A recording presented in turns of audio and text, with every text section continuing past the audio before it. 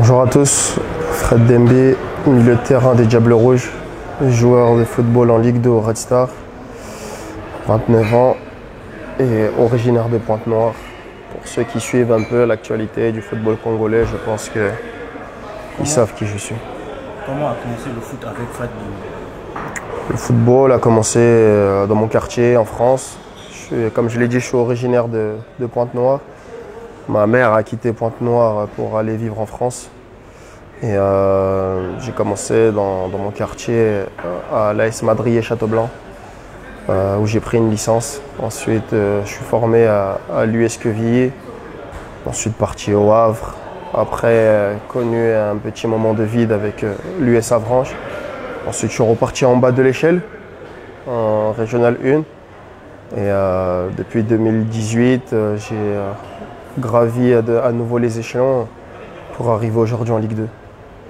Est-ce qu'à cette époque, pour jouer, le Congo était dans tes projets? Oui, ça a toujours été dans mes projets parce que ce sont mes racines. C'est mon pays, c'est le pays de mes parents, c'est le pays de mes grands-parents. Donc ça a toujours été une évidence pour moi de représenter les couleurs du Congo. Mais pourquoi avoir attendu si longtemps pour rejoindre les Diables? Je n'ai pas attendu. On m'a sélectionné il y a 2 ans. J'étais en 3e division française. Après, il faut savoir aussi que avant ça, je pense que je n'étais pas qualifié, que je n'avais pas encore le niveau requis pour pouvoir rejoindre les Diables Rouges. Et j'ai été sélectionné quand le staff à l'époque a jugé bon que j'avais le niveau requis pour rejoindre les Diables Rouges, parce que pour rejoindre l'équipe nationale, il faut avoir le niveau pour ça, pour rejoindre cette équipe. Qui a joué le rôle de pont entre le Congo et Fred Dembe? C'est Emar Akana, qui est actuellement, au moment où je vous parle, est à côté ici. C'est lui qui m'a contacté, ainsi que Francis Nganga, qui me suivait dans mon championnat là-bas en France et qui ont signalé ma présence au sélectionneur, qui ensuite a regardé mes matchs et qui a jugé bon de me sélectionner. Comment était l'accueil de l'équipe nationale? Très très bien, d'autant plus que quand j'ai rejoint lors de ma première sélection, il y avait déjà des personnes que je connaissais, dont notamment Bradley Mazikou. On a des liens de parenté, donc l'intégration c'est super bien fait. Voir le Congo manquer tant des compétitions internationales, ça te fait quoi? Ça fait forcément mal, ça fait forcément pas plaisir, parce que aujourd'hui, quand on regarde les joueurs qui composent l'effectif, la plupart jouent dans leur club, jouent dans les premières divisions de leur championnat, de leur pays.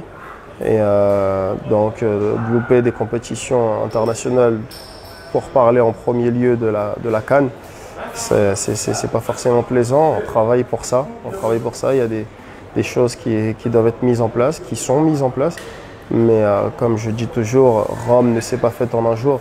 Je prends souvent l'exemple de pays émergents dans le football, comme exemple la Mauritanie qui a participé à sa première CAN, ou le Congo, la dernière CAN remonte à 2015.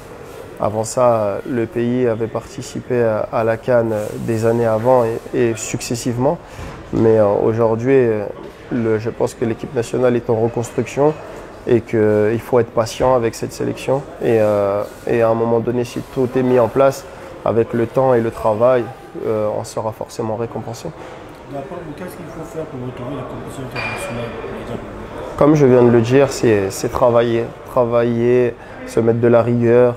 Mais quand je dis travailler, c'est tout le monde, c'est nous les joueurs en premier lieu, car c'est nous qui sommes sur le terrain, le staff, les dirigeants et aussi tous ceux qui sont en charge de la direction de l'équipe nationale, c'est-à-dire les moyens mis en œuvre.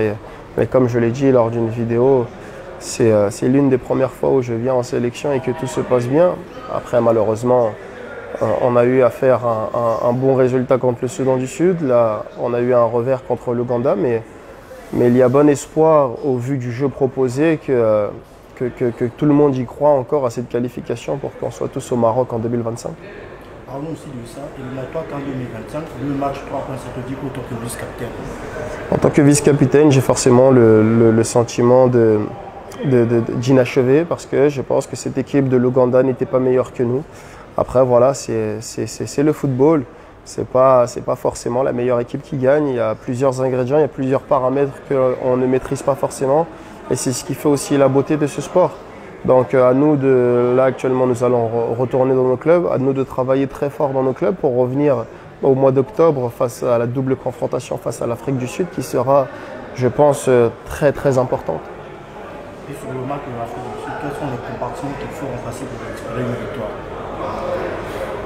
Après ça c'est pas de mon ressort, c'est vraiment du ressort du sélectionneur, c'est à lui d'analyser ce qui a été et ce qui n'a pas été. Et c'est à lui de trouver les solutions. Et nous, les joueurs, nous sommes là sur le terrain, nous sommes là pour nous entraîner, nous sommes là pour produire. Après, je pense qu'il faut demander ça au sélectionneur qui sera plus à même de répondre à ces questions-là que moi. Et votre relation actuelle avec le sélectionneur? C'est une très très bonne relation. C'est quelqu'un qui travaille, c'est un acharné du travail. Par exemple, avant le match contre l'Ouganda, il avait regardé 3 fois notre match contre le Soudan du Sud, même si la copie a été bonne, mais pour voir ce qui n'a pas été, ce qui peut être amélioré. Donc voilà, je dirais qu'on a ce qu'il faut, on a les hommes qu'il faut au poste qu'il faut. Donc comme je l'ai dit précédemment, il faut être patient parce que, comme je l'ai dit, Rome ne s'est pas faite en un jour. Même des clubs expérimentés. Aujourd'hui, je prends l'exemple de Manchester City, avec les millions par exemple qu'ils ont mis quand ils sont arrivés, ils ont acheté des gros joueurs, des joueurs forts, mais ça n'a pas marché tout de suite. Comme je l'ai dit, il y a plusieurs paramètres à prendre en compte dans le football dont on ne maîtrise pas forcément. Donc à nous de se focaliser sur ce qu'on peut maîtriser, c'est-à-dire travailler dur pour porter haut et fort les couleurs de la nation. Parlons un peu de ton club. Comment avez-vous vécu la montée de Red Star en Ligue 2? C'était un moment extraordinaire. Je ne peux pas l'expliquer aujourd'hui. C'est un moment que j'ai vécu, que j'ai eu la chance de vivre en plus avec la présence de ma mère, qui après tout ce qu'elle a sacrifié pour moi, pour mon frère, pour ma sœur. Qu'elle soit là ce jour-là lors de la montée, c'est inexplicable. De vivre ça aussi avec mes enfants, avec ma femme, ça n'a pas de prix. Après, voilà, je voudrais ajouter que j'ai vécu une montée avec le Red Star en Ligue 2, mais je n'ai pas encore vécu ça, mais j'en suis intimement convaincu et je travaille pour ça.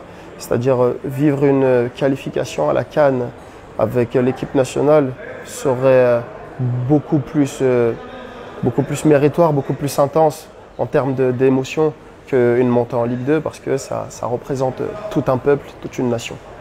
Le changement d'entraîneur t'a pas affecté? Non, pas du tout. Je suis quelqu'un qui me focalise sur moi. C'est-à-dire que voilà, je me concentre d'abord à ce que moi j'ai à faire. Après, selon les entraîneurs, il y a des demandes et des attentes qui sont différentes. À moi, en tant que footballeur professionnel, de m'adapter et de donner satisfaction sur ce qu'on me demande au quotidien. Tes ambitions club cette saison? Mes ambitions, dans un premier temps, ce serait d'obtenir rapidement un maintien. Ensuite, on sait qu'on a les capacités pour pouvoir rivaliser avec des équipes du haut de classement, même si on est un promu. On l'a montré récemment face à un favori du championnat en avant Guingamp, où on est parti là-bas, on a gagné 4-3. Donc on ne s'interdit pas de rêver. Frère Némi, tu suis le championnat congolais? Oui, je suis le championnat congolais, d'autant plus que à force de venir en sélection, j'ai appris à connaître beaucoup de joueurs du championnat local avec qui je suis en contact même quand je retourne dans mon club. Je sais qu'en ce moment c'est un petit peu compliqué parce que les terrains sont fermés pour les raisons que tout le monde connaît.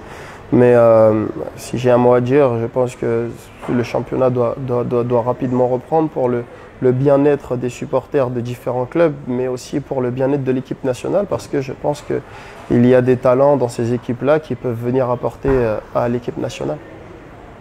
Un mot joueur comme qui est ici au pays? De travailler, de ne pas lâcher. On a plein d'exemples de joueurs qui ont évolué dans le championnat congolais et qui sont partis s'expatrier en Europe ou dans différents championnats et qui sont de bons joueurs. Au football, au Congo, dans le football congolais, il y a des bons joueurs et que chacun doit croire en lui, doit avoir confiance en lui, ne pas avoir de complexe et se dire que si les autres y arrivent, pourquoi pas moi? Donc de travailler, de croire en soi et de tout donner pour évoluer au plus haut niveau possible.